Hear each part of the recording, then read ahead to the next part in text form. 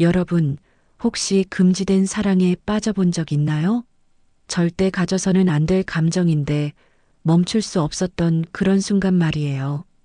그날 밤, 파리 몽마르트 언덕의 작은 작업실.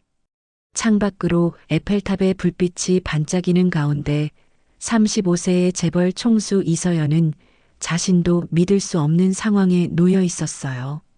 서연 씨, 사진작가 장한울의 거친 속삭임. 그의 뜨거운 손길이 서연의 어깨를 타고 내려왔죠. 한울 씨, 우리 이러면 안 되는데. 하지만 서연의 몸은 이미 정직하게 반응하고 있었어요. 심장은 미친 듯이 뛰고 숨은 가빠졌죠. 왜 안 돼요? 우리 둘 다 원하잖아요. 더 이상 참을 수 없었어요. 서연은 한울의 목을 감쌌고 그들의 입술이 격렬하게 부딪혔어요. GTAI미 프랑스어 사랑 고백이 흘러나오는 순간 두 사람은 서로에게 완전히 빠져들었죠. 하지만 이 달콤한 밤의 대가는 너무나 잔인했어요. 대한민국 30대 그룹 총수라는 무거운 비밀, 세 번의 아픈 사랑, 그리고 마침내 찾아온 진짜 사랑까지. 37세 여재벌 총수 이서연의 숨겨진 이야기 지금 시작합니다. 서울 강남의 63층 펜트하우스. 바닥에서 천장까지 이어진 대형 유리창 너머로 한강이 흐르고 있어요. 하지만 그 아름다운 야경을 바라보는 여자의 눈빛은 왠지 공허해 보였죠. 또 혼자구나. 이서연 37세. 대한민국 30대 그룹 중 하나인 태양그룹의 총수입니다. 누구도 모르는 그녀만의 비밀이었어요. 세상은 그녀를 이서연 부사장으로만 알고 있을 뿐이었죠. 진짜 총수는 아버지라고 믿고 있었으니까요. 수십억 원짜리 그림들이 걸린 거실에서 혼자 와인을 마시며 서연은 지나온 날들을 되돌아보았어요. 화려한 성공 뒤에 숨겨진 그녀의 진짜 이야기를 말이에요. 1장. 시골 소녀에서 그룹 총수까지. 전라남도 작은 농촌 마을에서 태어난 서연이는 정말 평범한 농가의 딸이었어요. 아버지는 작은 논밭을 일구는 농부였고 어머니는 동네 구멍가게를 운영했죠. 엄마, 나 서울대학교 갈 거야. 18살 서연이의 당찬 선언에 부모님은 걱정스러운 표정을 지었어요. 등록금이 만만치 않았거든요. 하지만 서연은 포기하지 않았죠. 새벽 4시에 일어나 신문 배달을 하고 방과 후에는 과외를 하며 학비를 모았어요. 그리고 기적 같은 일이 일어났죠. 전국 모의고사에서 전교 1등을 한 서연이에게 태양그룹 회장 이태산이 장학금을 제안한 거예요.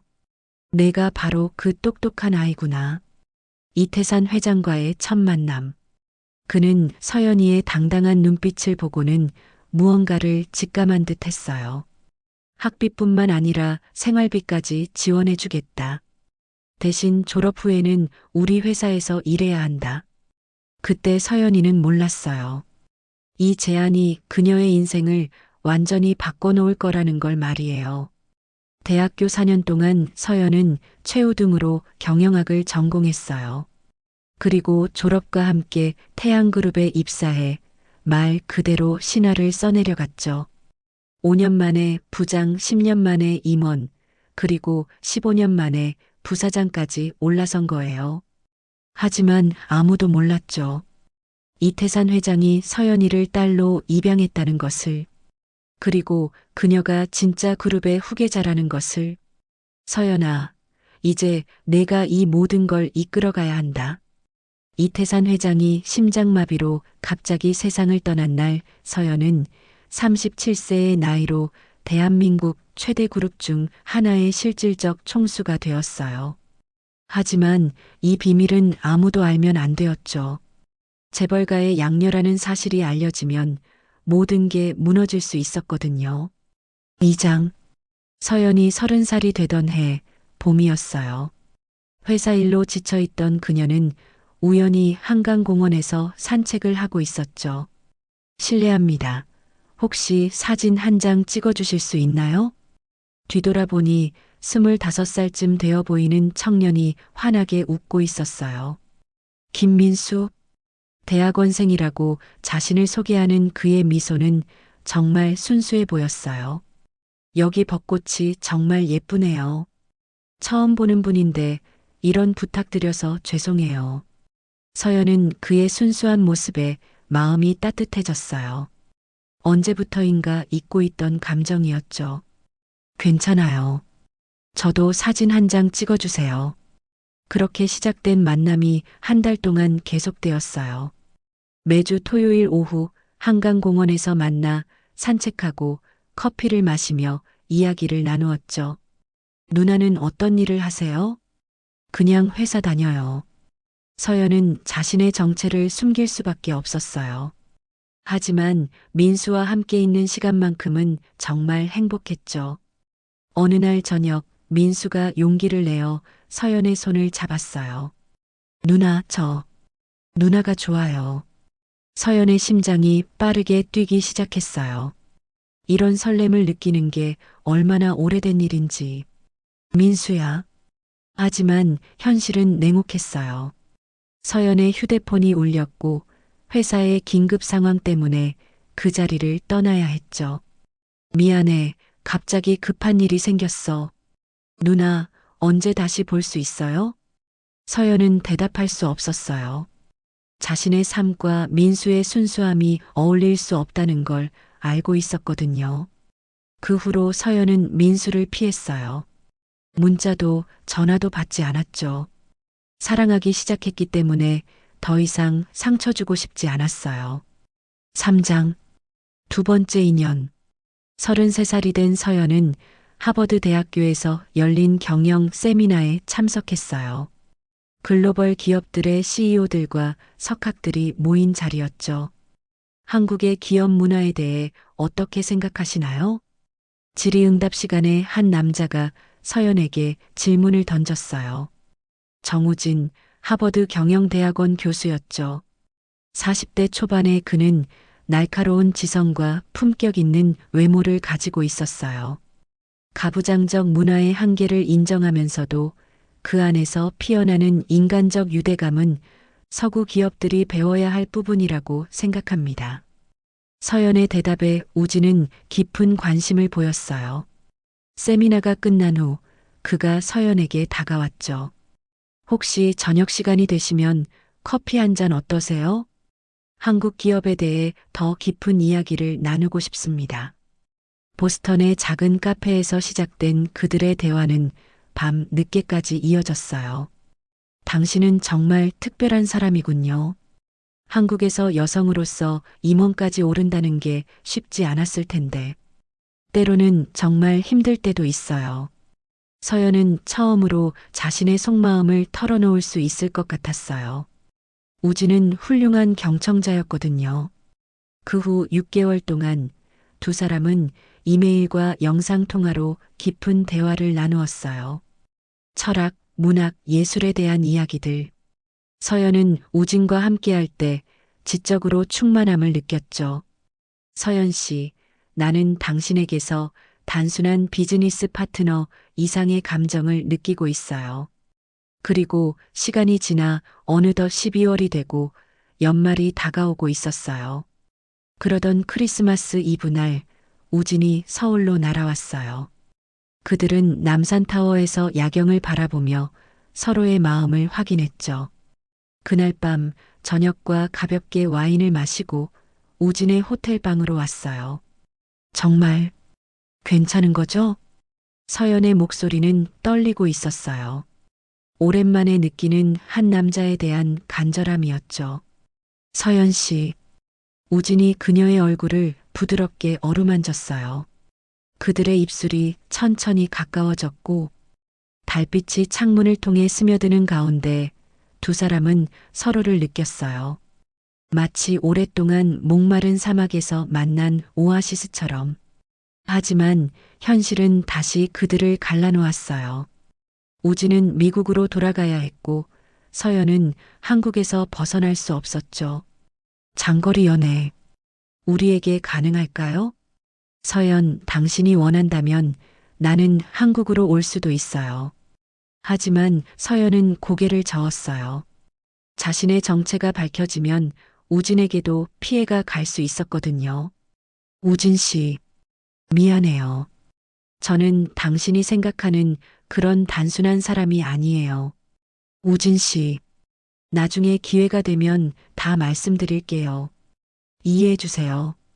이틀 뒤 우진은 일을 마무리하고 미국으로 출국했다. 사장, 35세의 서연은 프랑스 파리에서 열린 글로벌 투자 포럼에 참석했어요. 그곳에서 운명 같은 만남이 기다리고 있었죠. 익스코자, 당신이 한국의 이서연 씨인가요? 프랑스어와 한국어를 섞어 말하는 남자. 장한울, 프랑스에서 활동하는 30대 후반의 사진작가였어요. 특유의 예술가적 기질과 자유분방한 매력이 서연의 마음을 사로잡았죠. 당신의 강연을 들었는데 정말 인상적이었어요. 혹시 파리 시내를 안내해 드려도 될까요? 서연은 평소와 다르게 그의 제안을 받아들였어요. 뭔가 이 남자에게서 자유로움을 느꼈거든요. 그들은 생강가를 걸으며 이야기를 나누었어요. 한울은 서연에게서 느껴지는 묘한 슬픔에 대해 물어봤죠. 당신 눈에는 왜 이렇게 외로움이 서려 있나요? 제가 그렇게 보여요? 사진을 찍는 사람의 눈으로 보면 당신은 뭔가 큰 비밀을 숨기고 있는 것 같아요. 서연은 소름이 돋았어요. 이 남자가 자신을 너무 정확하게 읽고 있다는 게. 그날 밤 한울의 몽마르트 언덕 작은 작업실에서 그들은 함께 있었어요. 서연 씨, 당신은 정말 아름다운 사람이에요. 한울이 서연의 어깨에 손을 올렸어요. 그의 손길은 뜨거웠고 서연의 심장은 격하게 뛰기 시작했죠. 한울 씨, 더 이상 참을 수 없었어요. 서연은 한울의 목을 감쌌고 그들의 입술이 격렬하게 만났어요. 그날 밤은 마치 꿈 같았어요. 창 밖으로 에펠탑의 불빛이 반짝이는 가운데 두 사람은 서로에게 완전히 몰입했어요. 한울의 거친 손길이 서연의 온몸을 어루만졌고 서연은 지금까지 느껴보지 못한 격정적인 감정에 휩싸였죠. GTAI미 서연. 한울의 속삭임에 서연은 눈물이 날 것 같았어요. 이런 순수한 사랑의 고백을 받은 게 얼마나 오래된 일인지. 한 달 동안 파리에서 보낸 시간들을 두 사람은 마치 신혼부부처럼 달콤한 시간을 보냈어요. 루브르 박물관에서, 샹젤리제 거리에서, 작은 비스트로에서. 하지만 현실은 잔인했어요. 서연에게 한국으로 돌아오라는 급한 연락이 온 거죠. 한울 씨, 저 한국에 가야 해요. 언제 돌아와요? 모르겠어요. 서연은 거짓말을 할 수밖에 없었어요. 자신이 다시는 이곳에 올 수 없을지도 모른다는 걸 알고 있었거든요. 한울은 서연을 따라 한국에 왔어요. 하지만 서연의 진짜 삶을 알게 되면서 모든 게 달라졌죠.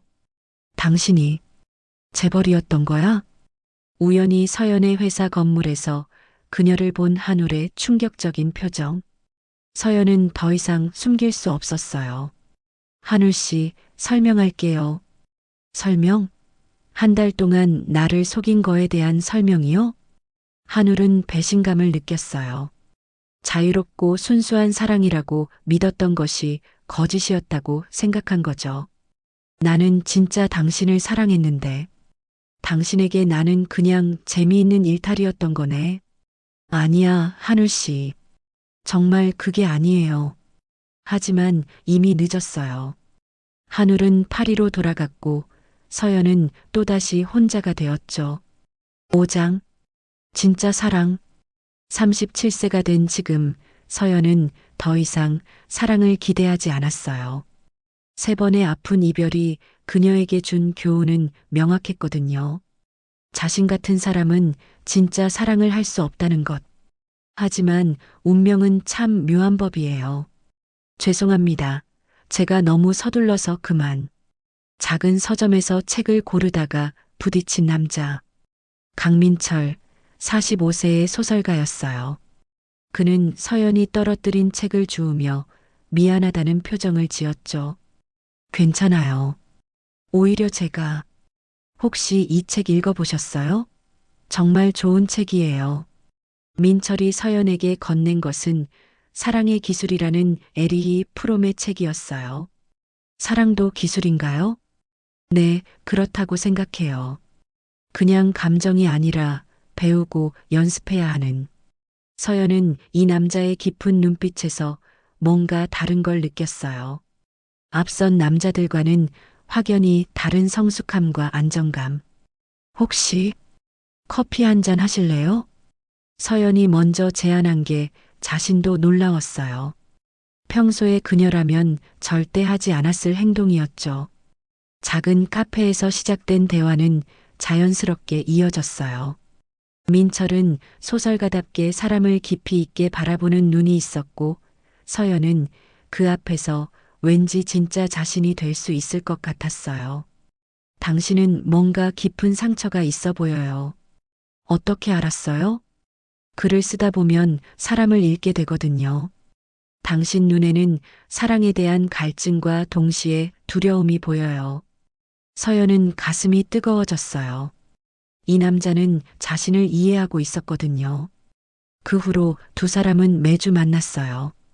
서점에서, 미술관에서, 조용한 카페에서. 민철과 함께 있을 때 서연은 처음으로 평안함을 느꼈어요.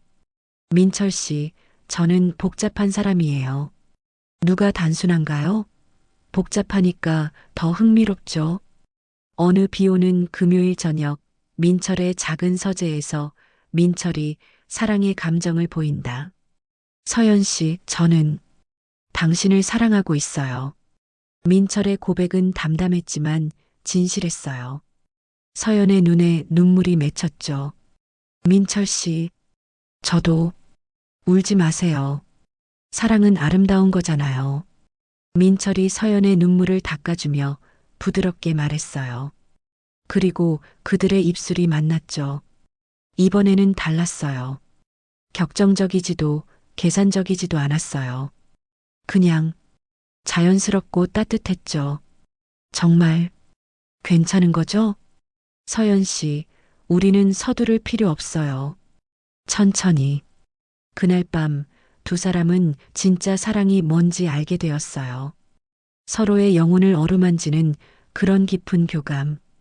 빗소리가 창문을 두드리는 가운데 민철의 품에서 서연은 처음으로 완전한 안식을 느꼈어요.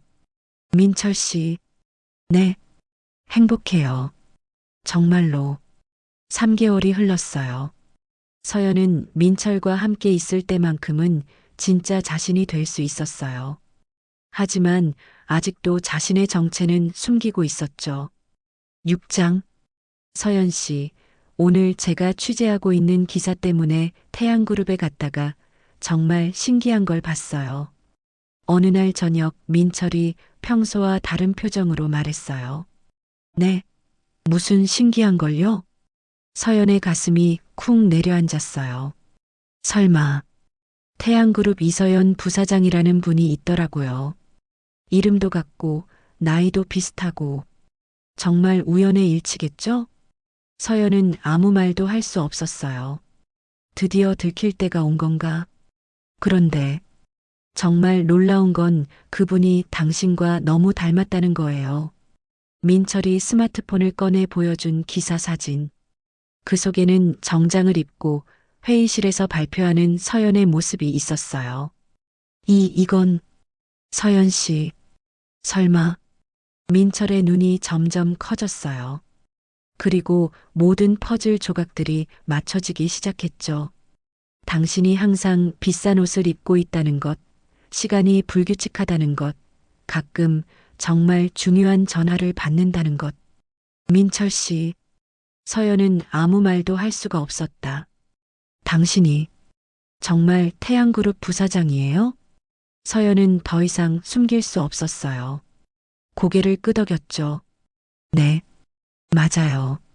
순간 정적이 흘렀어요. 민철은 충격에 빠진 표정으로 서연을 바라보았죠. 그럼 당신이 나에게 한 모든 말들이 거짓이었다는 거예요? 아니에요. 그게 아니에요. 3개월 동안 나는 당신을 평범한 회사원인 줄 알았는데 민철의 목소리에는 배신감이 묻어 있었어요. 서연의 가슴이 찢어지는 것 같았죠. 민철 씨, 제발 들어봐요. 제가 숨긴 건 신분뿐이에요. 당신에 대한 제 마음은 진짜였어요. 진짜? 재벌이 서민을 가지고 노는 게 진짜라고요? 그런 게 아니에요. 서연이 울음을 터뜨렸어요. 이런 자신의 모습을 보이는 것도 처음이었죠. 저도, 저도 힘들어요.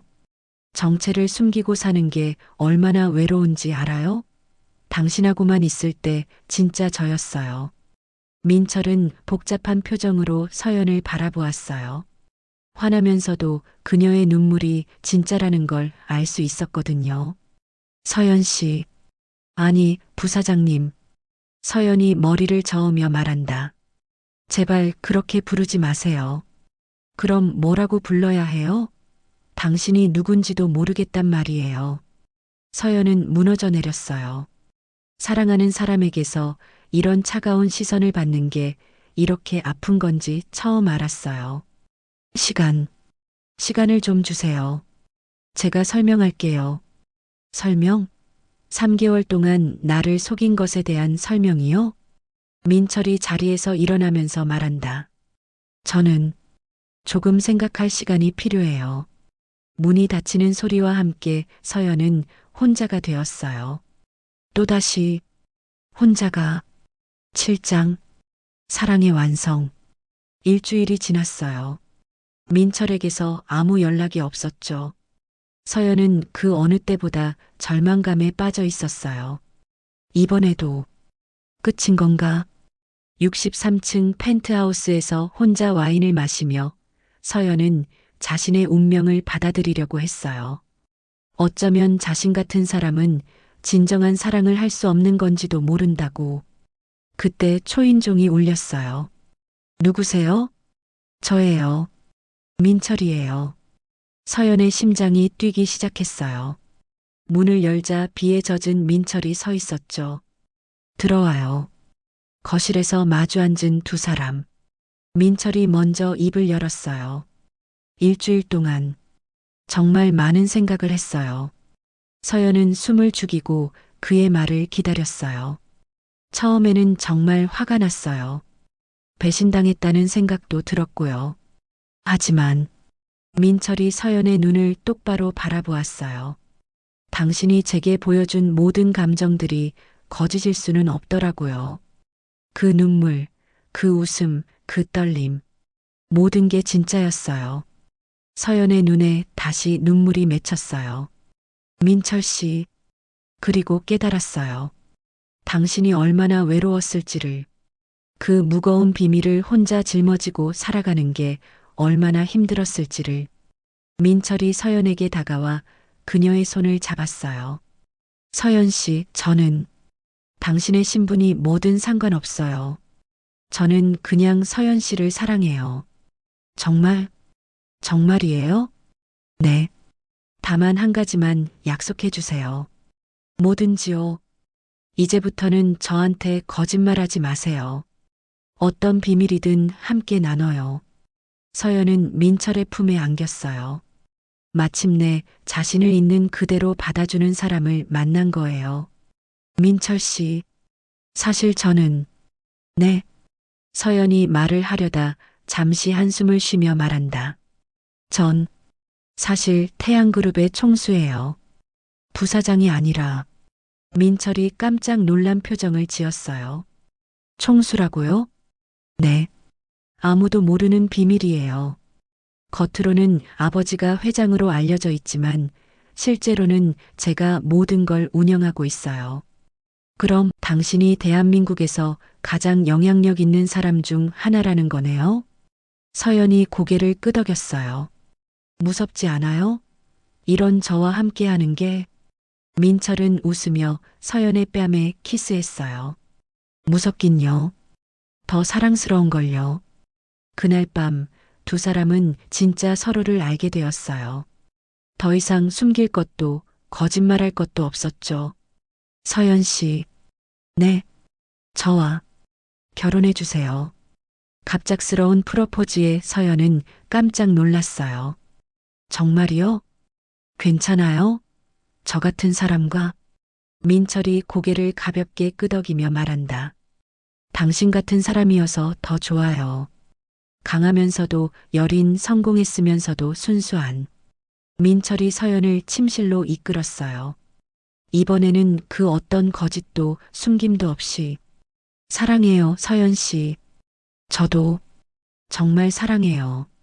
창밖으로 새벽이 밝아오는 가운데 두 사람은 서로를 온전히 느꼈어요. 이번에는 정말로 영원할 것 같았죠. 6개월 후, 여러분, 오늘 중대한 발표가 있습니다. 태양그룹 본사 대강당. 수백 명의 임직원들과 기자들이 모인 가운데 서연이 연단에 섰어요. 저는 오늘부로 태양그룹의 실질적 총수임을 공식적으로 밝힙니다. 회장 자리에 앉아있던 아버지 역할을 해온 숨겨온 임원이 일어나 박수를 쳤어요. 이미 계획된 일이었죠. 그리고 서연이 민철을 바라보며 미소 지었어요. 제 인생의 동반자를 소개합니다. 소설가 강민철 씨입니다. 언론은 발칵 뒤집혔어요. 태양그룹 총수의 숨겨진 정체와 결혼 발표가 동시에 터진 거였으니까요. 하지만 서연은 더 이상 두렵지 않았어요. 자신을 있는 그대로 사랑해주는 사람이 옆에 있었거든요. 앞으로도 태양그룹은 투명하고 정직한 경영으로 사회에 기여하겠습니다. 그리고 저 개인적으로도 더 이상 숨지 않고 당당하게 살아가겠습니다. 박수가 터져 나왔어요. 서연은 민철의 손을 잡으며 환하게 웃었죠. 그로부터 2년이 지났어요. 서연과 민철은 소담한 결혼식을 올렸고 지금은 한강이 보이는 아파트에서 평범하지만 행복한 신혼생활을 하고 있어요. 여보, 오늘 회사에서 무슨 일 있었어? 새로운 사회공헌 사업을 시작하기로 했어. 농촌 지역 교육 지원 프로그램이야. 좋네요. 당신다워요. 민철이 서연의 어깨를 감싸며 말했어요. 당신 덕분에 저도 새로운 소설을 쓰고 있어요. 제목이 뭔지 알아요? 뭔데요? 사랑의 기술이에요. 우리 이야기를 쓰고 있어요. 서연이 웃으며 민철의 품에 안겼어요. 행복해요? 세상에서 가장. 창밖으로 한강이 흐르고 있었어요. 하지만 이제 서연의 눈빛은 더 이상 공허하지 않았죠. 진정한 사랑을 찾은 여자의 눈빛으로 반짝이고 있었어요. 때로는 부와 명예보다 더 소중한 것이 있다는 걸 서연은 이제야 알게 되었어요. 그것은 바로 자신을 있는 그대로 사랑해주는 한 사람의 마음이었죠. 사랑해요, 민철 씨.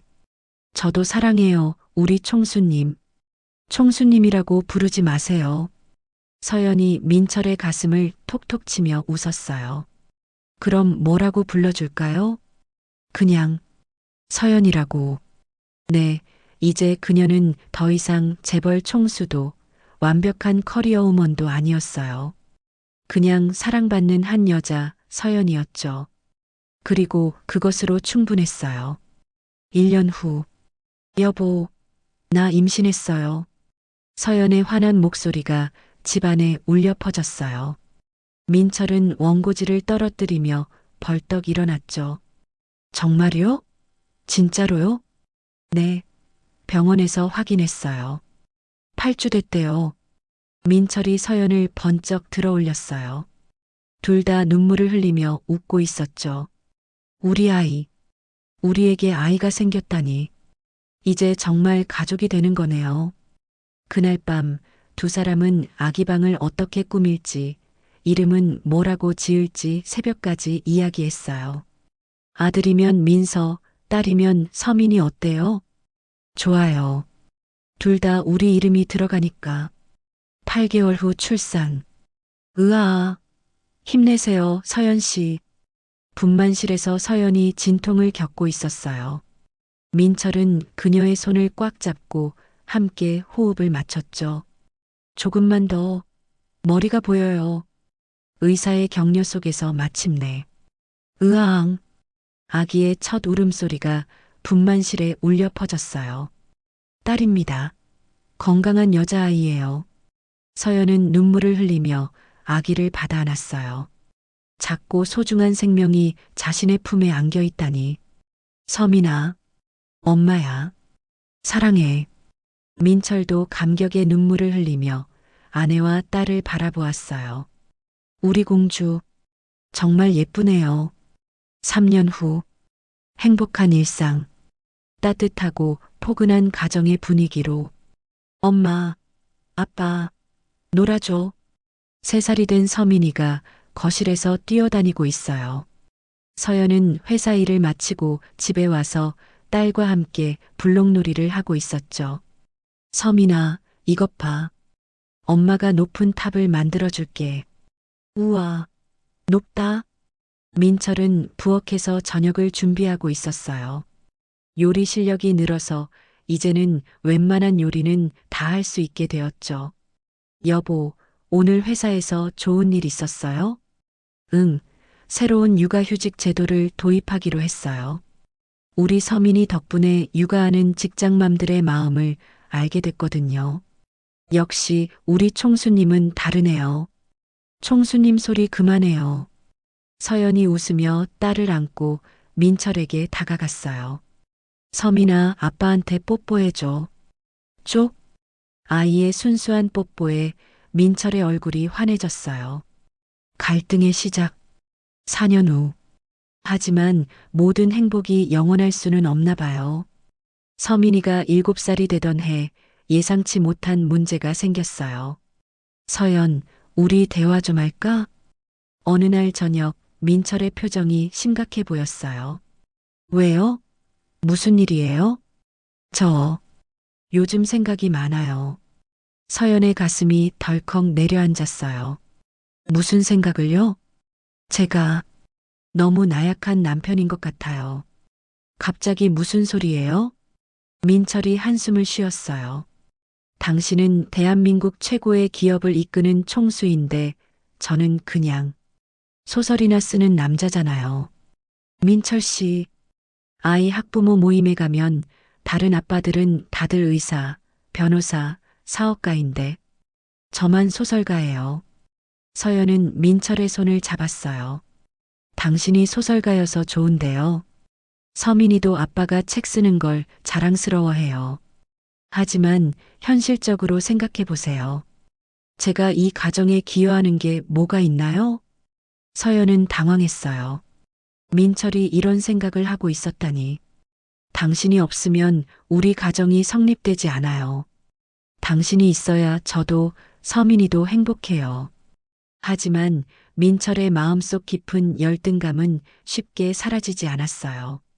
위기의 순간, 그 후로 민철은 점점 변했어요.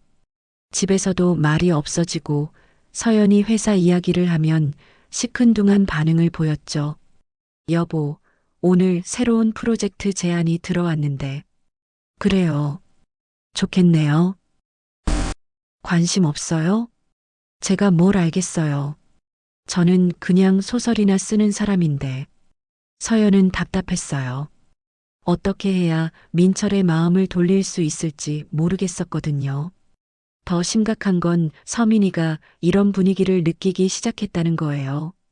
엄마, 아빠가 왜 자꾸 화가 났어요? 아니야, 서민아. 아빠는 화가 난 게 아니라 생각이 많으신 거야. 하지만 아이는 예민했어요. 부모의 미묘한 갈등을 감지하고 있었죠. 어느 날 밤 결정적인 사건이 일어났어요. 여보, 저 잠시 혼자 있고 싶어요. 무슨 말이에요? 일주일 정도 고향에 다녀올게요. 생각을 정리하고 싶어요. 서연의 얼굴이 창백해졌어요. 혹시 저 때문인가요? 당신 때문이 아니에요. 제 문제예요. 그럼 함께 해결해요. 왜 혼자 해결하려고 해요? 여보, 제발. 민철의 간절한 목소리에 서연은 더 이상 말릴 수 없었어요. 알겠어요.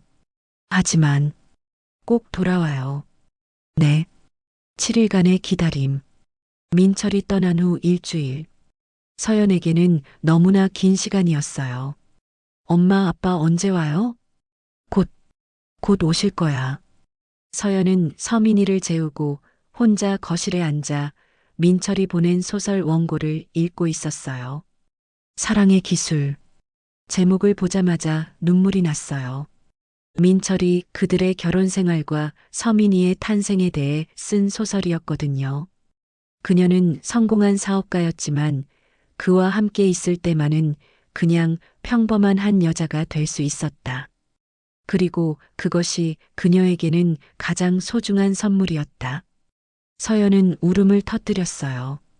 민철이 자신을 얼마나 사랑하는지, 자신에게 얼마나 소중한 존재인지 알고 있었거든요.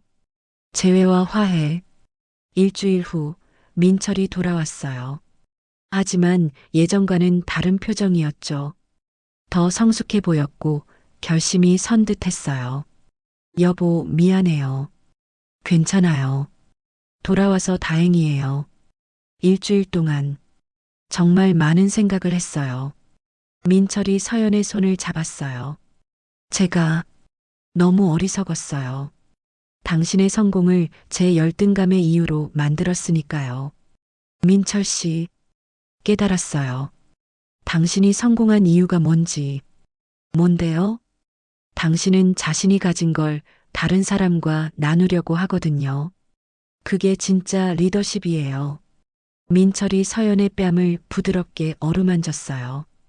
그리고 저도 제 나름의 방식으로 세상에 기여하고 있다는 걸 깨달았어요.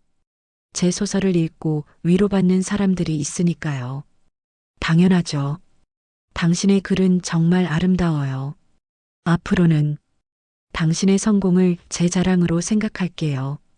그리고 저도 제 분야에서 더 열심히 할게요. 그날 밤 두 사람은 진짜 화해했어요. 이번에는 더 깊은 이해와 사랑으로. 10년 후, 서민이가 17세가 되었어요.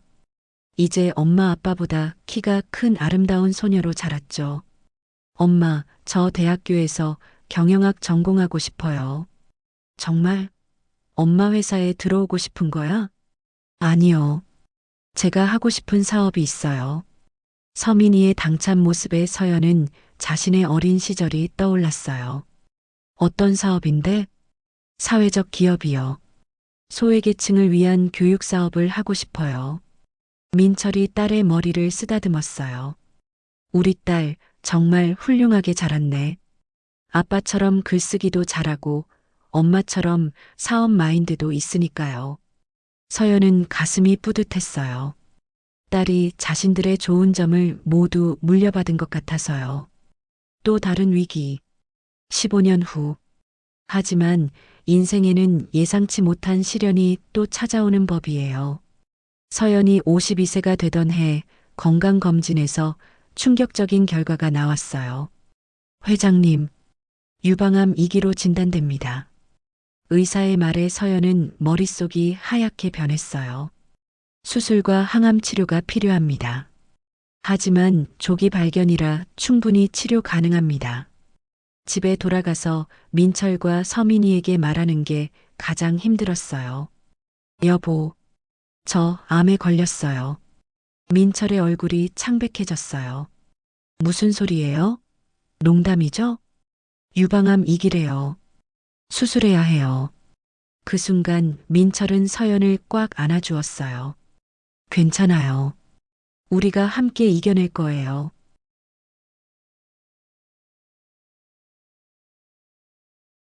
서민이도 울면서 엄마를 안아주었어요. 엄마, 꼭 나을 거예요. 제가 엄마 간병할게요. 투병과 회복. 수술은 성공적이었어요. 하지만 그 후 6개월간의 항암 치료가 정말 힘들었죠. 의외, 서연이 또 토하고 있었어요. 항암제의 부작용이었죠. 여보, 괜찮아요? 민철이 서연의 등을 쓸어주며 물을 가져다 주었어요. 머리카락이 다 빠져버렸어요. 서연은 거울을 보며 울고 있었어요. 한때 그녀의 자랑이었던 긴 머리카락이 모두 빠져 있었거든요. 여보, 머리카락은 다시 자라요. 중요한 건 당신이 살아있다는 거예요. 민철이 서연의 빠진 머리에 키스했어요. 저는 이런 모습도 아름다워요. 서연은 민철의 품에서 울었어요. 정말 고맙고 사랑스러웠어요. 완치와 새로운 시작. 1년 후 서연은 완치 판정을 받았어요. 축하합니다. 완전히 나으셨어요. 의사의 말에 서연과 민철, 서민이는 모두 눈물을 흘렸어요. 정말, 정말 나은 거예요? 네, 재발 위험도 거의 없습니다. 병원을 나서며 서연은 민철의 손을 잡았어요. 여보, 저 새로운 꿈이 생겼어요. 무슨 꿈이요? 암 환자들을 위한 재단을 만들고 싶어요. 제가 겪은 고통을 다른 사람들은 덜 겪었으면 해서요. 민철이 환하게 웃었어요. 역시 우리 서연이네요. 20년 후, 인생의 황혼기. 어느새 서연은 57세, 민철은 65세가 되었어요. 딸 서민이는 32세가 되어 자신만의 사회적 기업을 성공적으로 운영하고 있었죠. 엄마, 아빠, 제가 결혼 발표가 있어요. 정말? 누구와? 의사 선생님이에요. 제가 봉사활동하는 병원에서 만났어요.